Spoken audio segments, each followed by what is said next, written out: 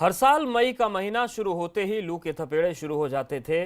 चिलचिलाती गर्मी माथे पर पसीना ला देती थी, लेकिन इस बार मौसम कुछ अजीब बना हुआ है। मई के महीने में न वो भीषण गर्मी है और न ही लू के थपेड़े हैं। बाहर मौसम ऐसा बना है जैसे मार्च या अप्रैल का महीना हो। मौसम में हुआ ये परिवर्तन किसानों के लिए कुदरत का कहर साबित हो रहा है। आखिर इस बदले मौसम के पीछे क्या कारण है, बता रहे हैं एबीपी गंगा संवाददाता अनुभव शुक्ला। लॉकडाउन के चलते एक तरफ जहां पर्यावरण को नई संजीवनी मिली है, प्रदूषण कम हुआ है, हवा शुद्ध हुई है, तो वहीं मौसम में भी एक बदलाव देखने को मिला है।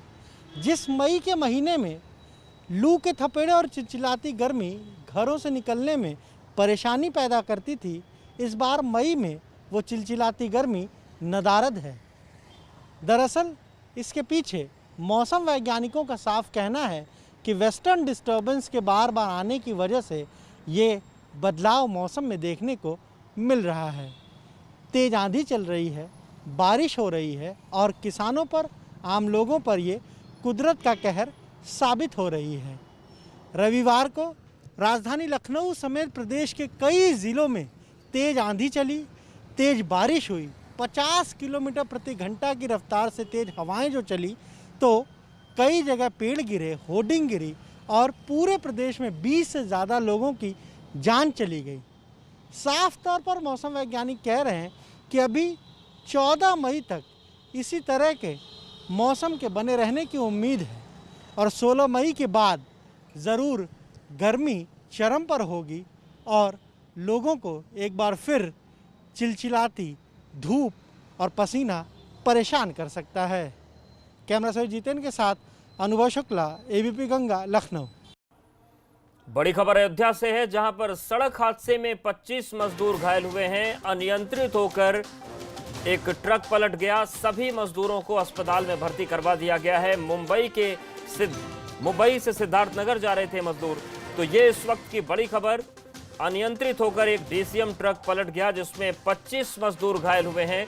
सभी मजदूरों को अस्पताल में भर्ती कराया गया है। तो मटौली गांव के पास NH 28 पर यह हादसा हुआ है और सभी मजदूरों को अस्पताल में भर्ती करवा दिया गया है। ऋषि गुप्ता हमारे साथ जुड़ गए। ऋषि, फिलहाल क्या स्थिति है मजदूरों की? कहां से कहां तक का सफर चल रहा था इनका? जी, आपको बता दें, ये पटरंगा थाना क्षेत्र में हुआ है। ये मजदूर बॉम्बे से सिद्धार्थनगर की ओर जा रहे थे।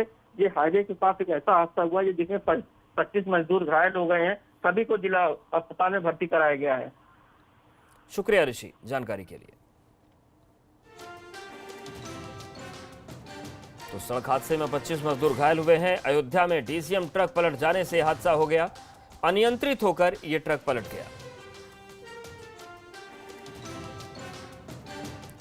बुलंदशहर में क्वारंटीन सेंटर में भर्ती एक मजदूर की 18 साल की बेटी की मौत हो गई। बताया जा रहा है कि लड़की पहले से बीमार थी। सोमवार को लड़की को उसके परिवार के साथ क्वारंटीन किया गया था, लेकिन वहां पर उसकी मौत हो गई। तो जानकारी के मुताबिक बच्ची पहले से बीमार थी। बुलंदशहर में क्वारंटीन सेंटर में इनको रखा गया था और सोमवार को लड़की को उसके परिवार के साथ क्वारंटीन किया गया था, लेकिन उसकी मौत हो गई।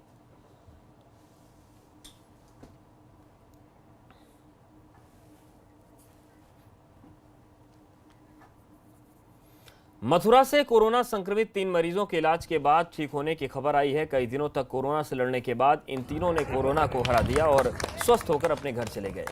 तीनों मरीजों ने डॉक्टर और मेडिकल स्टाफ का ताली बजाकर धन्यवाद दिया। वहीं मेडिकल स्टाफ ने भी तीनों मरीजों को घर जाते समय फूल बरसाकर उनका हौसला बढ़ाया और उनको शुभकामनाएं दी। तो देखिए तस्वीर हम आपको दिखा रहे हैं। 3 मरीजों को जब ठीक किया गया तो उन्होंने डॉक्टर्स का शुक्रिया अदा किया ताली बजाकर। वहीं डॉक्टर्स ने भी उन पर फूल बरसाए और उनका हौसला बढ़ाया।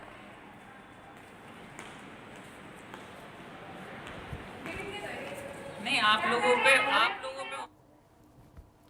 नोएडा में सोमवार को भी 6 मरीज कोरोना संक्रमित पाए गए हैं और अब यह आंकड़ा 224 तक पहुंच गया। लेकिन राहत की बात यह है कि अब तक 135 लोगों को डिस्चार्ज किया जा चुका है और अभी जिले में केवल 87 एक्टिव मरीज हैं।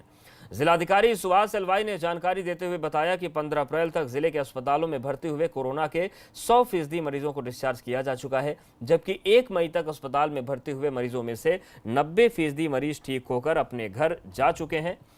वहीं कोरोना की जांच नोएडा के सेक्टर 30 में चाइल्ड पीजीआई में भी शुरू होने जा रही है। Indian council of medical research की तरफ से इसकी मंजूरी दे दी गई है। और इस बुलेटिन फिलहाल इतना ही। बन रही है हमारे साथ।